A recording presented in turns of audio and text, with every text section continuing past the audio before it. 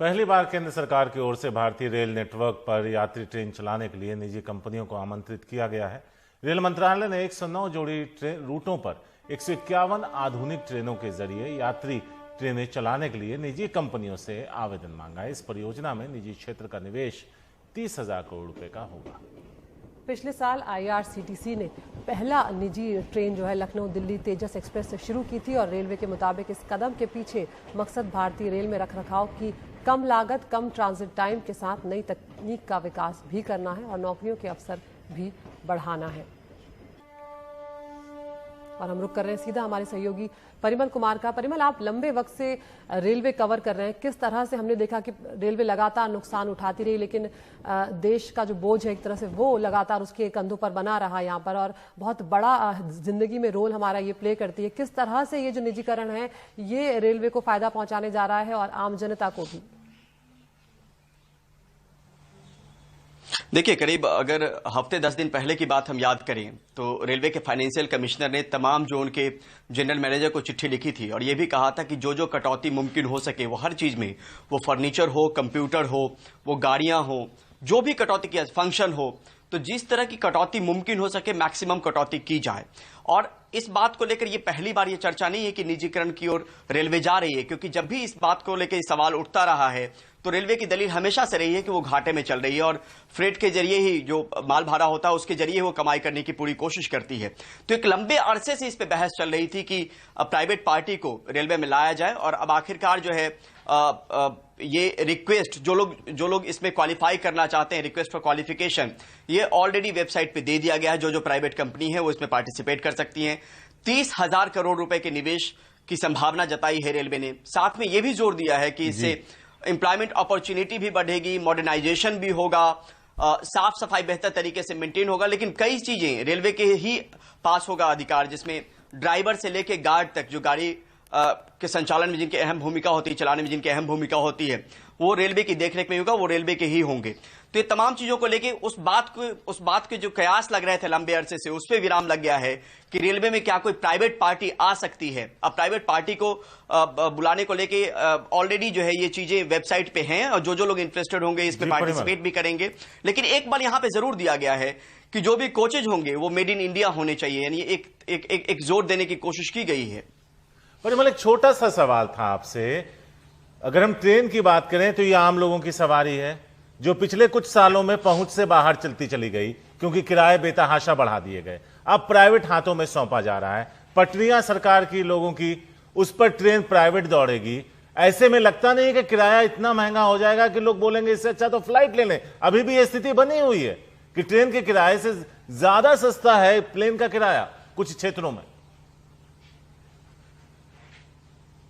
देखिए, मुझे लगता है शारिक कि इस पे नियंत्रण जरूर भारतीय रेलवे का रहेगा। जो रेलवे बोर्ड है उनका नियंत्रण जरूर रहेगा कि किराए को लेके क्या करना है। लेकिन जब प्राइवेट पार्टी जाएंगी तो अपना हित देखकर ही आएंगी और तमाम चीजें टर्म्स एंड कंडीशन डिफाइंड होगी। इस पे चर्चा कल से ही होनी शुरू हो गई कि जब प्राइवेट पार्टी जाएंगी तो क्या मुनाफा ज्यादा कमाने की कोशिश होगी। तो एक नियंत्रण हो सकता है कि रहे, लेकिन इस बात से भी इनकार नहीं किया जा सकता कि किराए भी बढ़ सकते हैं और अपने तरीके से वो बढ़ाने की गुहार जो है, जो भी प्राइवेट पार्टी इसमें इंटरेस्टेड होगी, जो 35 साल का कॉन्ट्रैक्ट है, तो उनकी तरफ से भी एक दबाव बन सकता है और बनाया जा सकता है। तो इसको लेकर भी इनकार नहीं किया जा सकता है कि किराए भी बढ़ सकते हैं। शुक्रिया परिमल। तो अदिति, अगर देखें तो ट्रैक्स की हालत खराब है, ट्रैक्स के बीच में आने वाले ब्रिजेस की हालत खराब है, हादसों में लगातार इजाफा होता रहा है, किराया बेतहाशा बढ़ते रहे हैं, टाइम पे ट्रेनें चलती नहीं हैं। उसके बाद अब प्राइवेटाइजेशन, एक ऐसा मोड ऑफ ट्रांसपोर्ट जो हर हिंदुस्तानी या कहें ज्यादातर हिंदुस्तानी इस्तेमाल करता है। अब खतरा यह है कि शायद उसे उसी सेवा के लिए मंत्री पीयूष गोयल, एक बहुत ही महत्वपूर्ण फैसला आपने किया है और सबसे पहले यह सवाल उठता है कि इतना बड़ा फैसला, इतने बड़े स्तर पर रिस्ट्रक्चर करने की, काम करने के तरीके को क्यों ये जरूरत पड़ी, क्या ऑब्जेक्टिव है? भारतीय रेल आज से 167 साल पहले से देश की सेवा कर रही है, देश की जनता की सेवा कर रही है। स्वाभाविक है। और रेलवे बोर्ड भी आज से 114 साल पहले 1905 में बना था। स्वाभाविक है कि समय बदलता है, समय के साथ साथ आधुनिकीकरण, न्यू टेक्नोलॉजीज, नया मैनेजमेंट के प्रिंसिपल्स आते हैं। तो एक देखा गया कि रेलवे बोर्ड में कई वर्षों से एक डिपार्टमेंटलिज्म की कल्पना बढ़ते जा रही है।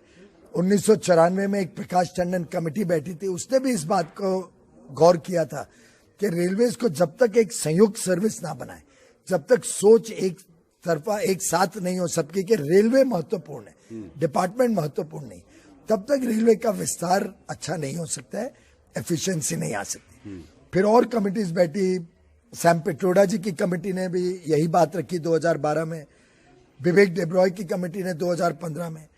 अलग अलग स्तर पे ये विषय आता था कि रेलवे को बंटने के बदले जोड़ना चाहिए। तो ये आज अहम निर्णय लिया कि सभी 8 सर्विसेज मिलके अब इंडियन रेलवे मैनेजमेंट सर्विस होगी, एक साथ सोचेगी, एक जैसा सोचेगी और अर्जुन की आंख की तरह सिंगल माइंडेड फोकस रहेगा देश की जनता की सेवा, देश की जनता की यात्रा सुगम करना, देश में जो मालगाड़ी माल धोती हैं, सामान धोती हैं, फ्रेट ट्रैफिक है उसको बढ़ाना, देश की एफिशिएंसी और इफेक्टिव डिलीवरी ऑफ सर्विस सुधार करना। हम सब रेल परिवार मिलके एक सोच। यानी कि इंफ्रास्ट्रक्चर क्या, जब रेलवे खुद इतना सक्षम है तो प्राइवेट प्लेयर्स को क्यों लाया जा रहा है बीच में?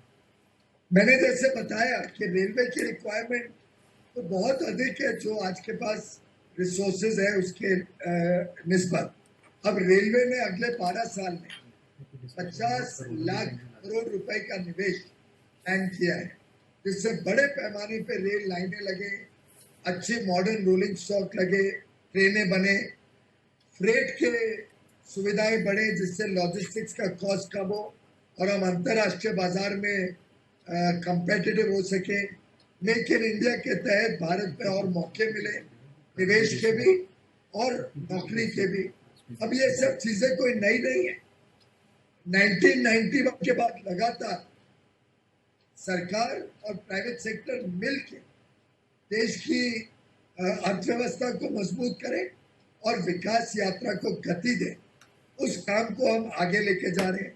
और जहां रही बात सोशल सर्विस की, जितनी सोशल ऑब्जेक्टिव प्रधानमंत्री मोदी सरकार ने देश के लिए, देश के गरीबों के लिए और गरीब यात्रियों के लिए किए, मैं समझता हूँ आज के पहले कोई सरकार ने नहीं। जितना ज्यादा गरीबों को सुविधा, ये कोविड के समय देख लीजिए, प्रधानमंत्री गरीब कल्याण योजना के तहत जितने काम हुए हैं शायद आज के पहले कोई आपदा में कोई सरकार ने नहीं किया। प्रधानमंत्री अन्न योजना के तहत जिस प्रकार से लगभग 6 महीने के लिए मुफ्त में राशन दिया गया गरीबों को और 80 करोड़ लाभार्थी है। मैं समझता हूँ भारत के आजादी के बाद ये पहली सरकार है जिसने गरीबों के लिए इतने सारी योजनाएं लाई है। सामाजिक दृष्टिकोण जितना प्रधानमंत्री नरेंद्र मोदी का है, मैं समझता हूँ और कोई सरकार ने आज तक नहीं। सर एक बात ये जताई जा रही है कि प्राइवेट प्लेयर्स आएंगे, फैसिलिटीज बढ़ेंगी तो दाम भी बढ़ेगा और गरीब लोगों के लिए इसको अफोर्ड करना मुश्किल हो जाएगा। देखिए, गरीबों के लिए तो हम अपनी ट्रेन व्यवस्था चला ही रहे हैं, कोई रेलवे थोड़ी हमने प्राइवेटाइज कर। भारतीय रेल देश की संपत्ति है, आगे भी देश की संपत्ति रहेगी और देश की जनता की, देश के गरीबों की सेवा करती रहेगी।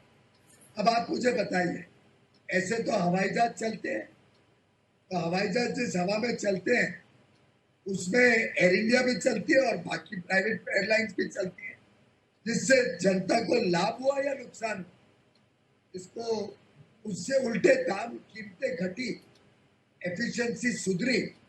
आप बताइए, पहले 2000-3000 रुपए में दिल्ली से मुंबई को जा सकता था, आज हवाई यात्रा में सस्ती टिकटें भी मिलने लग गई है। आज उड़ान योजना के तहत लोग सीधा अपने गांव तक पहुंच सकते हैं और गरीब आदमी भी हवाई जहाज से मात्र 2500 रुपए में जा सकता है। छोटे छोटे जगहों पे एयरपोर्ट शुरू हो गए। ऐसे ही रेल सुविधाएं सरकार भी उपलब्ध करा रही है, उसको बढ़ा रही है। पिछले साल हमने 1,60,000 करोड़ सरकारी निवेश से रेल की सुविधाएं बढ़ाई। तो मैं समझता हूँ ये एक छोटी पहल है कि निजी क्षेत्र भी, प्राइवेट सेक्टर भी देश की विकास यात्रा में अपना योगदान दे सके और एक प्रकार से ये लगातार हर सरकार ने इस पे काम किया, देश की विकास यात्रा में अपना योगदान दे सके।